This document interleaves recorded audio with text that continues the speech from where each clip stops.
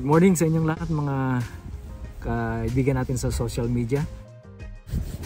Magandang araw po sa inyong lahat ngayon, sa lahat ng mga nasa iba't ibang panig ng mundo, lalo na yung mga kababayan natin. Siguro ito yung pinaka-the best na sagutin natin. Yung isang tanong ng subscriber natin na sabi niya, Lods, bakit ano ba yung mga pinagkakaabalahan niyo dyan? Bakit nakapagpundar kayo ng iba't ibang properties? Kasi napanood niya mga Lods yung ating isang feature doon na kung saan ay mahirap yung pinagsimulan namin, pero nagawa pa rin namin na mag-survive within 11 years kahit na mahirap yung pinagdaanan namin. At ganoon din, may mga napundar din kami kahit pa paano na mga properties. Siguro disclaimer lang po, yung sasabihin ko dito is based dun sa mga experience namin, sa mga nasubukan namin, at saka yung mga tungkol sa pagbili ng mga properties, ganyan. First hand, nasubukan namin yung mga binabanggit sa mga ibang mga advisors na kung gusto natin magkaroon ng mga passive income, ganyan, ay kailangan matutunan natin kung paano yung mga tamang paraan. So hindi natin i-discuss dito mga Lods yung details, yung very details ng paano namin nakuha yung mga properties. Pero totoo yun, sa loob ng almost 11 years namin dito sa Canada, halos ang naipundar namin na properties is nasa mga 12, including dun sa Pilipinas, at saka may mga vacant lots kami na purchase pero iba na dispose na namin. Pero in that 11 years na span na stay namin dito sa Canada ay so nakapag-acquire kami ng mga ganong mga properties. So may mga binili kami, may mga nabenta kami. So yung tanong na paano namin nakuha or ano ba yung mga pinagkakaabalahan nyo dyan, so totoo lang Lods, yung unang panahon namin dito, yung unang taon ng aming pag-stay sa Canada, medyo napakahirap. Nagkaroon lang kami ng medyo magandang kalalagayan na nung lumipat kami dito sa rural town ng Notre Dame de Lourdes. So nabanggit ko dun sa mga ibang videos natin, mga some 130 kilometers southwest ng Winnipeg. So dito na kami pundar ng yung mga properties namin. Dito na rin lumaki yung mga anak namin.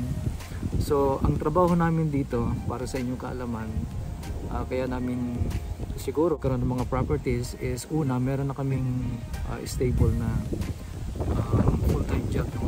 Ako nasa welding company, o sa isang company na kung saan welder ako doon. That time hindi pa namin masyadong kinakarir yung pagkakaroon namin ng cleaning business, kasi siyempre konti pa yung mga account namin noon. At ganoon din, misis ko nasa isang establishment kung saan siya yung isang cook doon.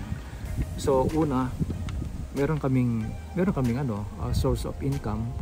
So aside from dun sa full time namin, meron kaming inumpisan na cleaning business. So doon nag-start po lahat. So yung tanong, paano namin in-acquire or paano kami nagkaroon ng mga properties? Una, talagang pinag-aralan namin, nanood kami ng mga videos, pinagsikapan namin na talagang namin yung budget namin. Kailangan magkaroon ka ng savings para dun sa pang-down mo, pambayad ng attorney, ganyan. Maganda yung mo sa bangko, yung credit rating mo. At siyempre yung mga opportunity, kasi kung minsan kahit gusto mo bumili ng bahay, kung wala namang available o kaya masyadong mataas yung that time. So yung sa amin, mga timing lang talaga. May mga nabili kami na medyo hindi pa ganun kataas, konting renovation lang, at may mga ginawa kami na konti, then naipaupa namin yung iba. At meron nga hindi na pagmamayabang o pagmamalaki, kundi para lang masabi namin na pag nasa Canada ka, meron kang chance. So marami tayong chance mga Lods, lalo na yung mga nagbabalak pumunta rito.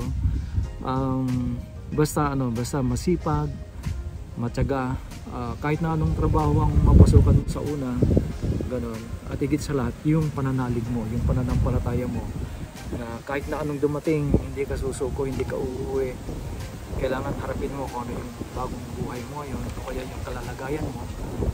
So sana na nasagot ko yon.